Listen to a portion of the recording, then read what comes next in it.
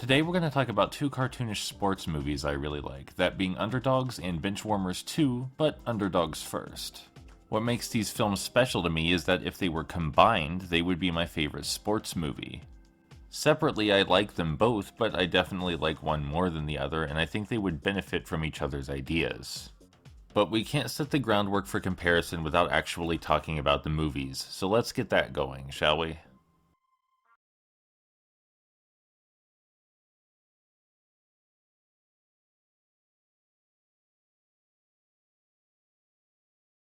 Underdogs is a film about a boy named Jake who's really good at foosball in particular. Jake plays foosball so good that he wins the heart of his crush. Then a bully named Ace shows up and Jake crushes Ace at a game of foosball. Ace is utterly humiliated, he leaves the town, and then a lot of time passes. Years later, Jake's still really good at foosball, but it's all he's ever cared about and all he's ever practiced. It's basically his entire identity. Jake's girlfriend wants to leave for art school and Jake's going to be left behind because Jake's obsessed with one thing and built his identity around it and doesn't want to grow or change or move. This is obviously to draw parallels with Ace, who built his entire identity around soccer the same way Jake built his identity around foosball. And we should get to see Jake contradict with Ace and see Jake shine through in his differences. Where Ace will continue building his identity around winning at soccer, Jake will stop building his identity around winning at foosball and will become a fully fledged person. And then we'll learn something about how winning isn't what makes life worthwhile, it's about who you're standing next to while you play the game of life, or something like that. Except that's not actually what happens at all. Don't get me wrong, Ace does show back up as the villain to contradict with Jake. And he's a real piece of trash who wants to demolish the town he used to live in because it reminds him of the only time he lost at something. He'll even kidnap Jake's girlfriend, which is cartoonish, but hey, it works, right? Further sets up Jake's development. Jake will lose his foosball table with his precious custom-painted foosball players. And then when he's done sobbing, we finally get to see what kind of man he'll be when you take foosball and winning away from him. But actually, instead of that last thing happening, one of Jake's custom foosball players comes to life instead. And from that point on, the film gets completely hijacked by wacky toys-to-life antics. There's no real explanation for why the toys came to life, and they feel completely out of place in the movie and override all of Jake's development time. The foosball players all get their own character arc stories and minor character resolutions that are completely independent of what Jake has going on. It culminates in a seriously wacky secret lab scene where you figure out Ace wanted to melt the toys down into his shoes so he could have super shoes or something. Jake's girlfriend somehow gets rescued in the chaos, there's a giant explosion that destroys the secret lab, and it kind of feels like the movie's over. Like, yeah, the first 20 minutes are dedicated to Jake, sure, but then the 30 after that are completely stolen by the wacky living toy characters. The wacky toy characters became the new main characters, and when their struggle is over, it feels like the movie's over, especially with the secret lab blowing up and all. But no, Ace survived, he still wants to demolish the town, and he decides to bet the town's fate on a game of real soccer instead of foosball. What follows is the film trying to hurry up and make up for lost time it spent wasting on toys. Jake goes around recruiting completely one-note characters who get no development. They come together to form a team of real-life underdogs, and if they lose this soccer match, they lose their town. That is some serious fucking whiplash. The film spent so long developing the toys that there's no time left to develop the townsfolk that Jake has rallied together to save his town. You're supposed to care a hell of a whole lot about who these people are, who Jake is, and the town they live in, but the film was too occupied with other things. What's even weirder is that Ace is still perfect in his role as Jake's counterpart. He just seems completely unaware that it's a role that's no longer necessary because of the Toys to Life section of the film.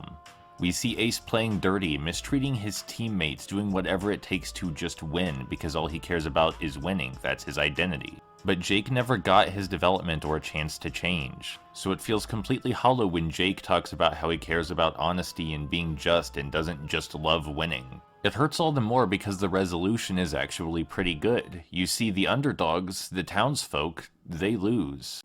Ace wins because of course he would. The townsfolk lose everything. But they decide it doesn't matter. They lost doing their best and being honest. They take it in stride and decide to rebuild together, even though their homes have been destroyed. The underdogs, years later, are now the founders of a completely new neighborhood. And Jake, now narrating, tells us it matters more who you play with than who wins. That would be the perfect ending to a film where Jake and the townsfolk got the development they needed to be cared about, but instead the film decides it wants to do other things in the middle. So we end up caring a whole lot about living toys, and not a lot at all about the things and people that matter.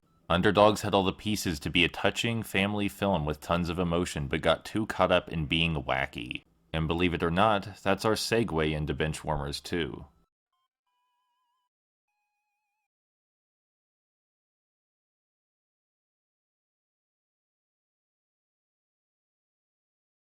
So there's almost nothing I dislike about Benchwarmers 2 except the fact that it is a sequel. The original Benchwarmers, which obviously came first, is directly canonically related to the second film in a few unimportant ways, and the first film is quite bad. It's an anti-bullying movie that frequently engages in the ceaseless bullying of minorities. But I don't want to talk about that anymore, so let's go back to talking about the second film, please. The film stars Ben McGrath, a baseball genius, until a stray ball crushes his balls. The incident left psychological scars, he lost his wife, and now he's just trying to get a job as a lawyer while doing odd jobs in between. At first, he suffers endless humiliating rejections from people who recognize him or just think that he's incompetent. Eventually, he ends up getting hired by the sleaziest law firm in town, Schmood and Ass. Though he's sworn never to play baseball again, he reluctantly ends up coaching the firm's softball team while working on an unrelated case. The link between the case and the softball team, of course, being that they're both underdogs. Nobody wants to take the case and nobody wants to take the softball team because they're both bad. The case revolves around the town Reedy's Hole, which is due to be replaced with a sewage treatment plant and demolished. Another worker at the firm, Annie, begs Ben to work on the case not just as another case, but because it's the right thing to do. When Ben's son asks Ben why he keeps agreeing to work with destined losers, we finally get the film's message. We've got to keep the winners of the world honest. Force them to actually go through the trouble of beating you.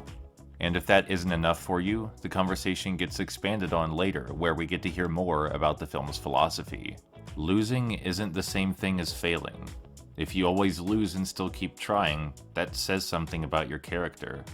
Maybe there's a nobility in futility. And that may be my favorite line in just about any movie. The protagonist's side is full of losers, and whenever someone joins the side of the Benchwarmers, they're incapable and seemingly ineffectual. But it isn't about winning. We might know we can't win, but we're still dumb enough to try. I took that last line from a song I really love.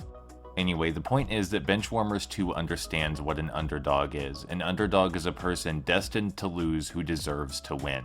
That's why we love underdogs, because in a just world, they would be the victors, and we can see ourselves and see what's right in them.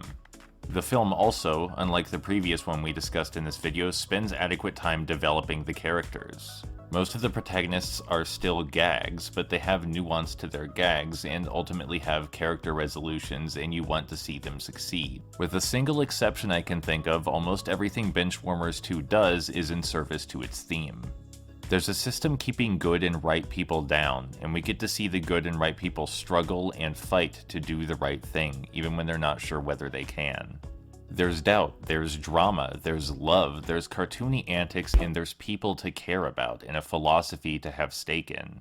Unfortunately, while Benchwarmers 2 does almost everything right that Underdogs did wrong, it does get one thing phenomenally wrong. When the town's fate inevitably ends up getting bet on a baseball game, just like the town's fate wound up getting bet on soccer and Underdogs, well, the Benchwarmers win in this one. They win at the end, and the town gets saved. This is also called having it both ways. Benchwarmers 2 wants you to believe that you should do the right thing even if you know you'll lose, but then it also makes winning look really easy. The final match devolves into a fist fight, and the good guys basically only win because they were more brutal than the bad guys.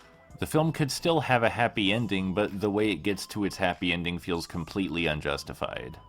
I love almost everything about Benchwarmers 2, but if we could transplant the ending of Underdogs into Benchwarmers 2, I think that would be the best of all worlds.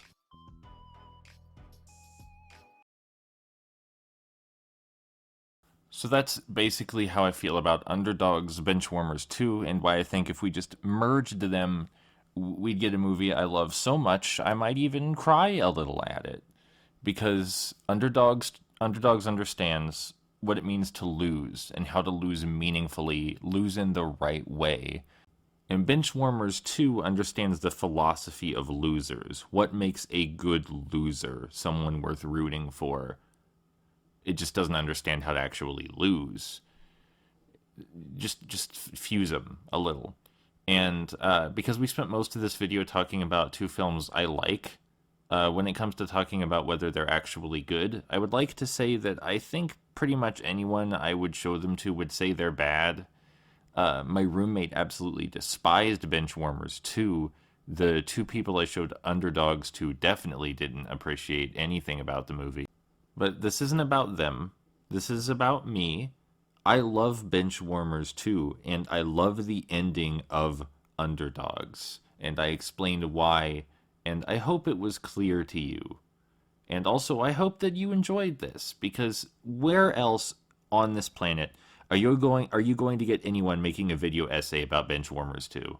Where else? This is unique content, and you better appreciate it.